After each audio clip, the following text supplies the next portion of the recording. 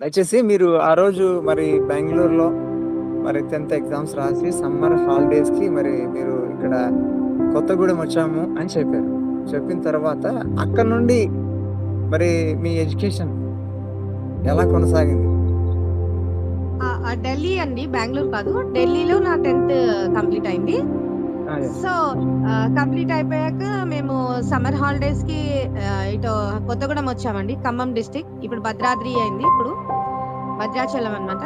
So, ఇక్కడికొచ్చాము మా పెద్దమ్మ వాళ్ళ ఇంటికి. హలో! యెస్. యెస్. సిస్టర్ చెప్పండి. పెద్దమ్మ వాళ్ళ ఇంటికొచ్చేసాక ఇంకా నాకు ఇక్కడే వివాహం జరిగిందనమాట. మ్యారేజ్ అయిపోయింది.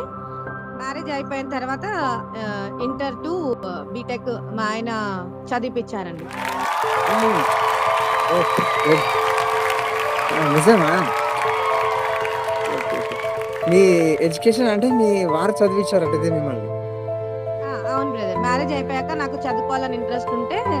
చెప్పాననమాట. ఇలా చదువుకోవాలనిపిస్తుందండి. మరి నాకు ఇంట్రెస్ట్ ఉంది నాకు చాలా.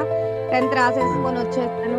నాకింకా చదువుకోవాలనుంది. ఈ లోపల మనం మ్యారేజ్ చేసుకోవాల్సొచ్చింది అని చెప్పి, హ్మ్. అంటే సరే చదువుకుందువులే అని చెప్పేసి నాకు ఇంటర్ నుంచి నాకు మళ్ళీ బీటెక్ వరకు తను చదివిపిచ్చారు బ్రదర్. అబ్బబ్బా! ఇది నేను సినిమాలలో చూశాను. మన సీరియల్స్‌లో ఏదో దీనిలో స్టోరీస్‌లో చూశాను గానీ, నిజంగా ఎగ్జాక్ట్‌గా అది గూడా నా ఛానెల్‌లో మరి ఒక భర్త, ఒక భార్యని చదివించడం అనేది ఇదొక అద్భుతమైనటువంటి విషయం.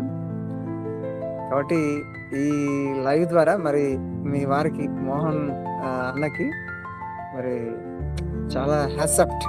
అసలు ఇది చాలా గ్రేటు.